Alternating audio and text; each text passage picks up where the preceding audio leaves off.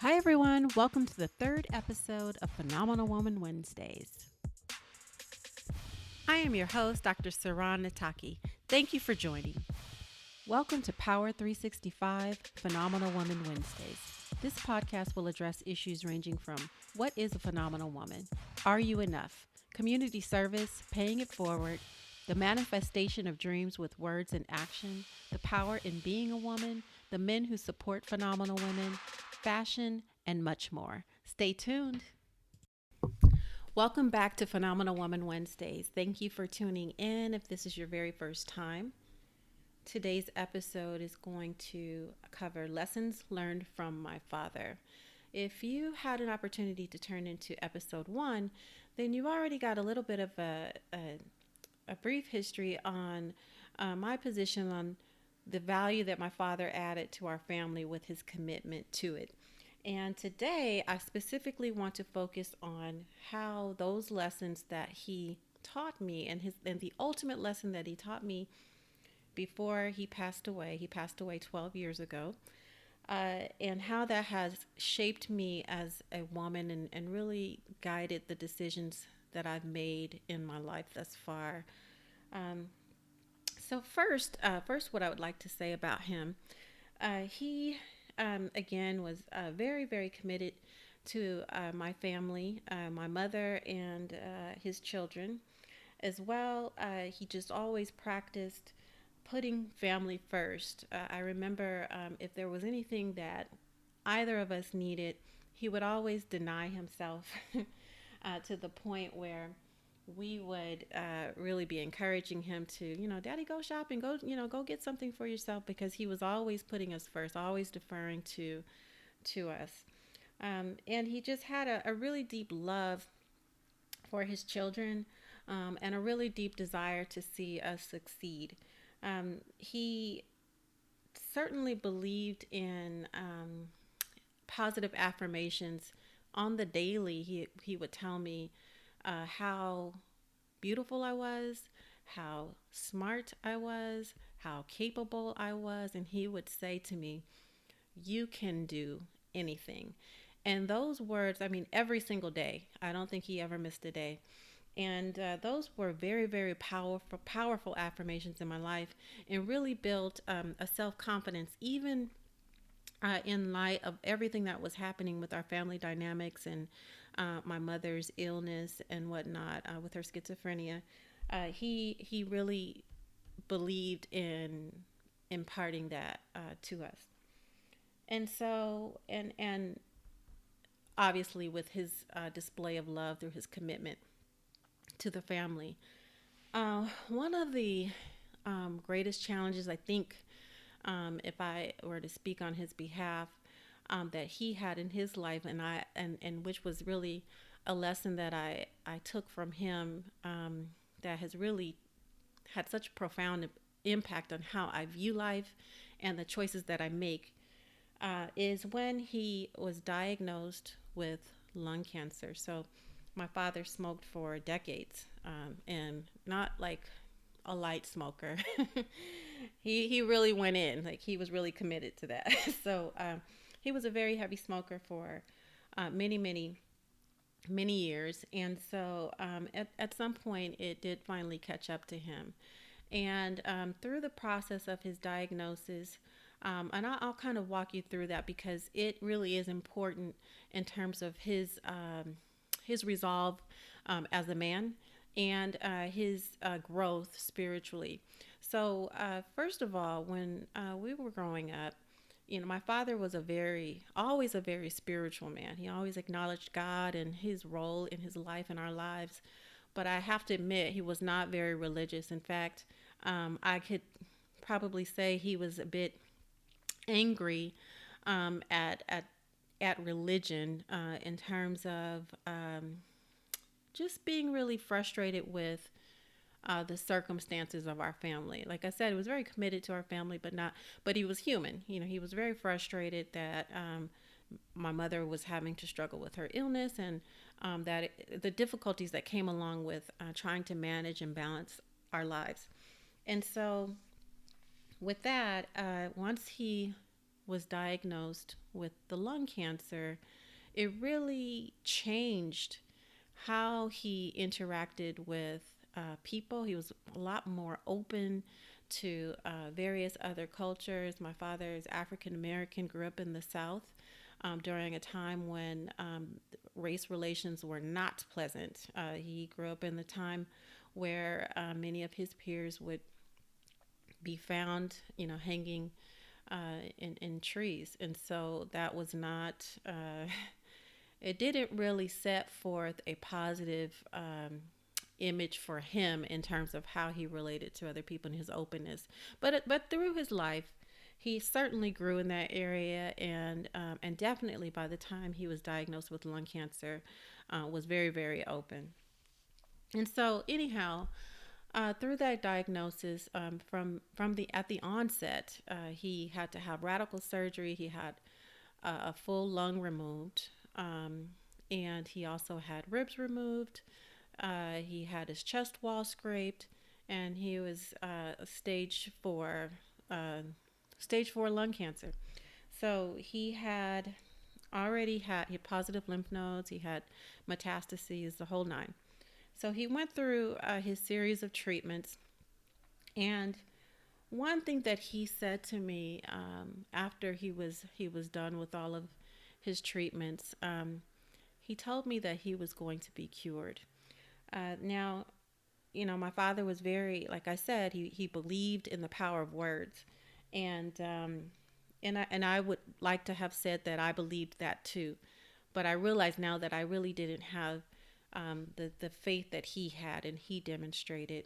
In fact, if I just backtrack just a little bit, when he was diagnosed and was going through his treatments, he was responding to the radiation and chemotherapy combination in a way that was atypical. His tumor was shrinking massively, and so in fact he started treatment at one facility and was finishing up treatment at another, and that team of physicians asked me to go and pick up the pathology report. They said, "Can you please go pick up the pathology report? We think that there's something not quite right here." And I said, "Sure." So I went to pick up the pathology report, brought it back, and confirmed that the pathology was just as it had been stated previously, and he was just he was just experiencing something that was very unique to his situation.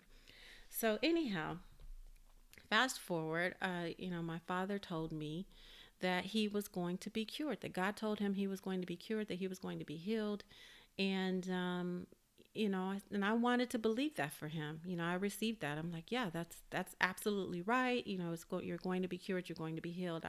I definitely was an advocate for his mission in surviving. He was actually given only 3 months of a. He was told that his prognosis was 3 months survival.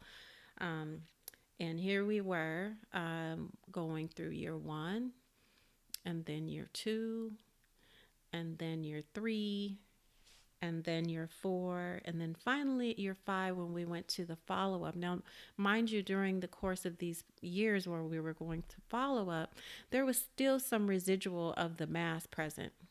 Year five came, and we went in to see the oncologist, and this was a new oncologist, and I have to admit, I didn't click with her well. The previous oncologist left the practice, and we had this new person, and she just always seemed a bit scattered. She was always asking me about, confirming details of his case, and I'm like, gosh, you've been with him this long. How come you don't know? But anyhow, so we're there, and she says, well, congratulations, you're at year five. We're looking at your scans. Everything is clean. You're officially, in remission. You're cancer free. And I'm looking at her, and I didn't believe her. And I actually worked for this organization for this hospital where he was getting his treatment. So I left the appointment. I said, "Hey, I'll be right back." And I went down to the radiology department. I went down myself just to review the images with the tech. And I said, "Can you show me? Can you tell me what you see?" And he said, "Oh yeah, this side is clear. This is, yeah, it's all clear." And I went into his chart and I looked at the I looked at everything, and I just, it really didn't resonate with me at the time. And anyhow, we get in the car and I'm driving him home, and he is just rejoicing. He's like, "Praise God, I told you I was going to be cured." And I took him home. I returned to my own home. I went to sleep, and the next morning I just wept. I still get emotional when I think about it, because it was such a profound moment, not in his life for him, but more so for me, because it was the manifestation of faith in a way that I never ever, I'd heard about things like that, but I'd never seen it for myself up close and personal. And here it was. He told me he was going to be cured. He believed that he was going to, from stage 4 lung cancer. And here he was walking around cancer free, living his life, laughing. He had a very distinct laugh. And he was just so excited to share that news. And the most important part was not like, "I'm excited that I'm going to be here." Of course, he was happy about that. But his excitement was, "I'm excited to share with you what God can do." And that is amazing. That was just a really profound moment. And so, anyhow, moving forward, my father had at some point, prior to his being cured, his metastasis had occurred in his brain. So he had a brain tumor that was removed. And whenever you have a surgery of that sort, there's a shunt that's placed to keep pressure from building. And unfortunately, a year or so after his becoming cancer free, that shunt became displaced, and he had irreversible brain damage as a result of it going undetected, and he did pass away. And at the time, I, was really frustrated with that. I didn't know where to place that. How could that happen? How could someone be cancer free? How could someone go through such adversity, overcome so much, come full circle with their faith, come full circle with their appreciation for mankind and people that are unlike himself, when he struggled so much with that? How can you do that and then have life taken away? And so I eventually came to terms with it, that that really wasn't for him. He already knew he was going to be cured. So why would he need to be taught? The lesson was really for me and my family, and I'm sharing it with you. That lesson is the manifestation of faith, having the belief that your words are, understanding how the power in your words and your intention behind the words, your intention behind the words. And so that definitely has had a long lasting impact on my life, that particular lesson. And this is how. Um, After that, and after I came to terms and we buried my father, and my sister and I assumed the responsibility of caring for my mother and her affairs. Um, I had my own decisions to make in my own life regarding my career, and various decisions around how I was going to continue the relationship with my career and also managing my family. My family was still growing at that time. And one thing that I can say is that I have never been fearful of what I could do. That much I did get early on, and I think, definitely based on those positive affirmations. You are smart. You can do anything. Anything you want to do, you can do. So I've never had really a fear in terms of, what I could do. I do understand and have understood that whenever taking on a new challenge, it's going to require effort. It's going to require work. Some things might take more effort and work than others. Some things come easier, but ultimately, if I really, really want to do something, I know I can get it done. I know I can. It's a matter of how motivated am I to do it. And so, with that said, I came, um, as I was growing my family, I acquired or I had children.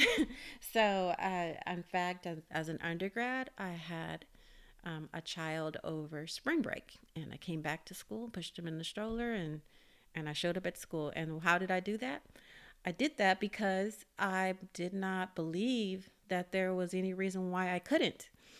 I absolutely said he's going to be born on his due date. He's due on this date. He's going to be born, and then I'll just put him in the shoulder and I'll just come to school. I won't miss any school. And everyone thought that was the craziest plan ever. And do you know what? He was born on his due date. I put him in the stroller and I came to school, and that's how it worked. I never thought that it was not possible. I never entertained that it wasn't possible. And so I kind of approached a lot of things like that, and really that came from my being naive in understanding life's challenges. As I've grown older, of course, I think all of us get a little jaded by life, and we understand that things can happen. And but when you're young and you really don't, and you've been taught that life is there for it's a playground for you, and you are able to basically tackle it based upon your own intentions, and as long as it is going to be a benefit, it's going to be a blessed outcome. And so that's what I believe. So I planned accordingly, and I moved forward with that. And that's not just with undergrad, with another graduate degree I had a child, and then another graduate degree I had a child. And then finally, I came to a place where I really decided I wanted to make a shift in terms of, my relationship with work and how I was managing my family. And just really, I just wasn't as fortified with what I was doing with my career as I had been before. It didn't excite me in the same way. And I felt like I was making a difference. I worked in healthcare, and I felt like I was making a difference. I felt like I was, benefiting, mankind and certain populations that needed focus and programs built to help with their health outcomes. But I didn't feel excited about it. It was just work. And I wanted to make a shift. And at some point, um, things became uncomfortable on my job. And I started paying attention. I started to pay attention to how I felt when I went into work, how I felt in the company of certain individuals at work, how it was affecting my relationships with people that I had grown to love and admire at work, how it was affecting those relationships. And I knew that I had to make a change. I already knew what I wanted to do, but I had reservation about doing it, partly because I was earning a generous income, and I just, we get caught up in the trappings of that. And so, anyhow, at some point, the day came where I made the decision that I needed to walk away and really pursue what was really going to fortify me. And the concerns I had about income, etc., I kid you not, I made that up and more once I made the shift and really redirected my focus. And I was able to navigate the relationship with work and balance with my family on my terms. And I understand that takes some time for everyone to kind of get there. But anyhow, just to close the loop on, what my father taught me and how it applies here, it applies in these ways. So, for one, we really are all connected. Why was I born to my family? Why did I have my mother? Why did I have my father? Why is my mother schizophrenic? Why was my father who he was, um, and how did that play a role in my development, in my ability to learn the lessons that I need to learn in this life? There are tools. There are tools that are picked up along the way.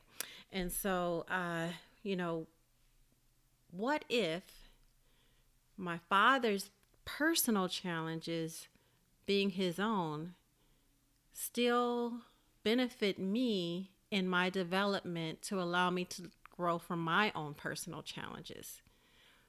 What if that's not, a coincidence? What if that's not by mistake, but by divine design? What if that's true?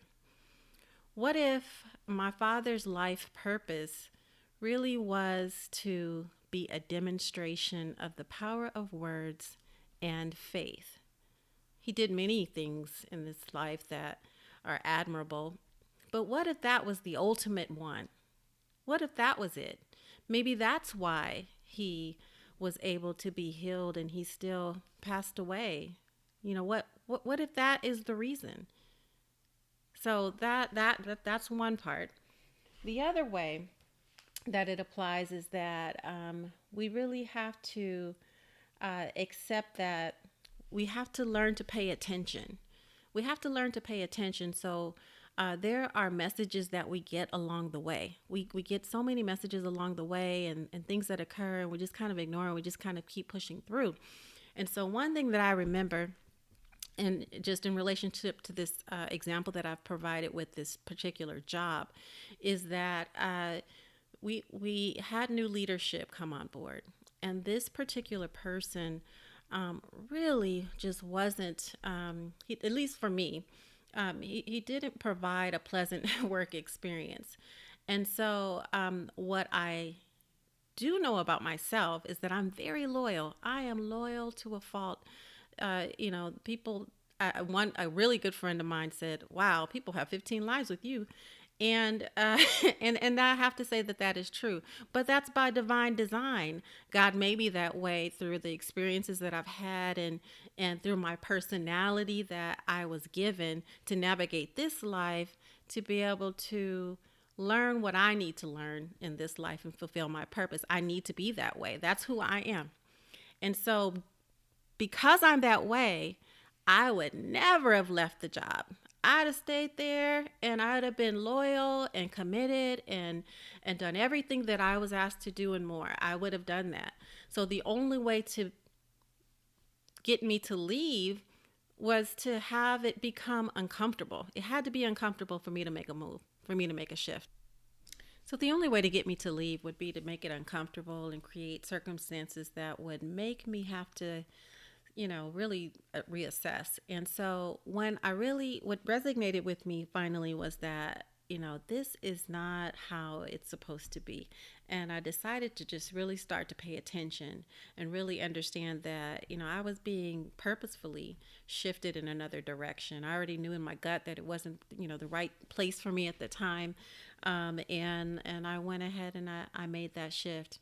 And so with that, what I'm trying to express here and share with you is that along this journey that we call life, we always get, those messages. We always ask for the answers to circumstances and situations that arise, but we don't always hear the response, but it's always provided. It is always provided. Things that you ask for, things that you have spoken. Have you ever thought about this? I'm sure you can think of an example in your own life where you thought about or you asked for something to manifest in your life. You may have asked for it years before. And you go on with your life and you kind of leave it. And then years later, here it comes.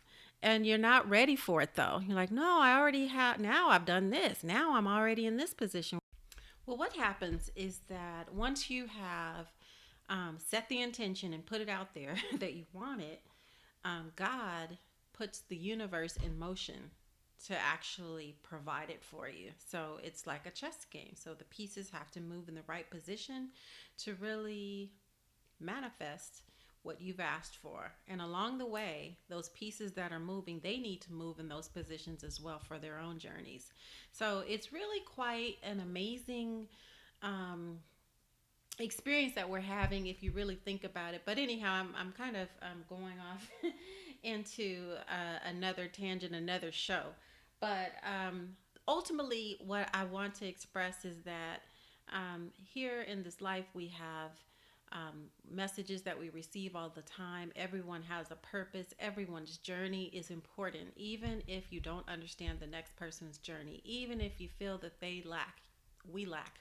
We all lack. We are all learning as we go through this life, and in our teachings, we're teaching others. You never know who's watching you. You never know who's watching you and what they're getting from your experience. So keep that in your back pocket, and I really hope that you have found something in this podcast, in this episode, that speaks to you, that fortifies you along your journey, and really motivates you to pay attention, step out on faith, uh, and don't be afraid to actually ask for the things that you desire in your life. Ask for them and expect that they'll come.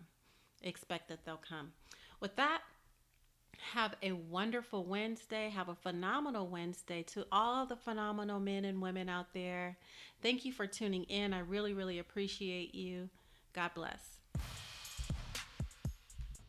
Thank you for tuning in to Power 365 Phenomenal Woman Wednesdays. I believe that every woman gifts the universe with her own strengths and unique characteristics. Simply because she is born, the universe benefits.